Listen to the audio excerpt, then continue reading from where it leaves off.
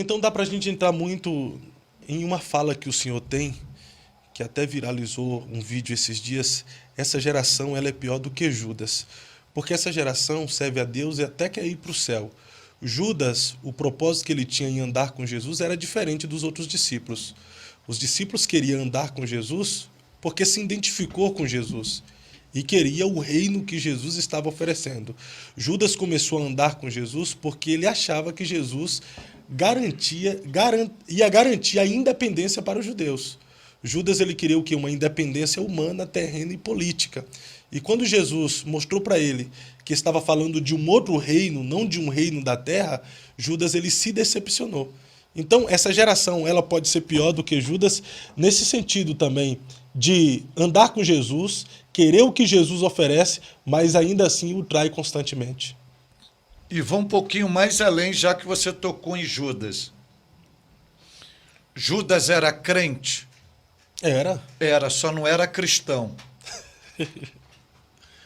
É a contradição hoje.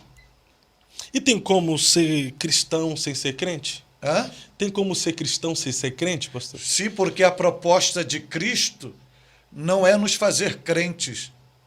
A proposta de Cristo é nos fazer cristão. Porque, à luz da Bíblia, crentes até os demônios são e estremecem. Uau. Então, qual é a grande crise hoje no evangelho pós-modernidade? É que as igrejas, independente das suas denominações, regionalidades e estados e nações, elas estão cheias de crentes, mas escassas de cristãos. Outra coisa, elas estão cheias de crentes, mas não têm discípulos. Então, Judas era crente, ok? Sim. Judas não tomava ceia com Jesus? Tomava. Tomava. Não recebia ministrações de Jesus? Recebia. Não via Jesus operar milagres? Via. Era tesoureiro do ministério de Jesus? Um dos maiores cargos. Andava com Jesus, ok? Andava com Jesus, convivia com Jesus. E operou milagres em ouvia nome de Jesus também, né, pastor? Entendeu? Viu Jesus operar uma série de variedades de milagres. E por que eu digo que essa geração é pior do que Judas? Porque Judas nunca enxergou Jesus como uma pessoa primordial para a vida dele. Se você pegar todo o relacionamento de Judas e Jesus, você nunca encontrará Judas chamando Jesus de Senhor, sempre de mestre ou rabi, que é a mesma coisa. 3 anos convivendo com Jesus, ele nunca se submeteu ao senhorio do Cristo. Uau. Ou seja, em outras palavras, tu não exerce governo na minha vida, tu não manda em mim, eu não aceito estar debaixo do seu senhorio. Eu te enxergo apenas como uma fonte de lucro. Eu vou me dar bem em cima de você. E a primeira oportunidade que eu tiver, eu vou te negociar. Porque eu quero me dar bem, eu quero ganhar dinheiro contigo. Então, qual é a grande crise? Por que essa geração é pior do que Judas? Porque elas enxergam apenas Jesus como mestre e como Senhor. Porque quando nós enxergamos Jesus como Senhor, nós nos tornamos escravos. Logo, perdemos a nossa própria vontade. E nós somos submetidos à vontade dele. E no cristianismo genuíno, autêntico, legítimo, proposto pelo Cristo da Bíblia, quem serve a Jesus não tem vontade própria. É a vontade do Cristo em nós. Não é o que eu quero fazer, é o que agrada ao Senhor. Uau.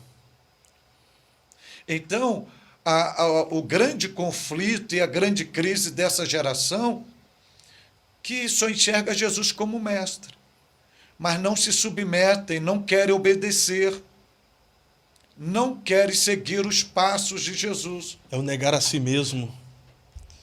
Aí você tocou num assunto, que é muito interessante em questão da graça da fé cristã. Porque quando Jesus ele morre na cruz, até morrer na cruz, e eu vou pontuar isso, em toda a trajetória do ministério de Jesus, Jesus nunca obrigou ninguém a segui-lo. Nunca obrigou. Porque cristianismo não é por obrigação. Cristianismo é voluntariedade, liberalidade, liberdade, amor e temor. Jesus apenas disse assim, se alguém ele coloca uma condicionalidade, quiser vir após mim, você não é obrigado a vir, é só se você quiser. Você pode seguir seu estilo, sua vida, seu prazer, segue em frente, porque realmente tem duas portas, tem a larga e tem a estreita. Você escolhe a porta que você quiser. Agora, desde o momento que você opta em me acompanhar e me seguir, as regras são minhas. O padrão de vida, eu que determino. Então, você não é obrigado a vir após mim. Mas se você desejar vir após mim, primeira coisa, morra para você. Se torne um defunto ambulante, que é o ato de negar a si mesmo. Morra em si mesmo para que a minha vida seja infundida em você. Segunda coisa, diariamente, ao amanhecer o dia, você tem uma cruz para carregar.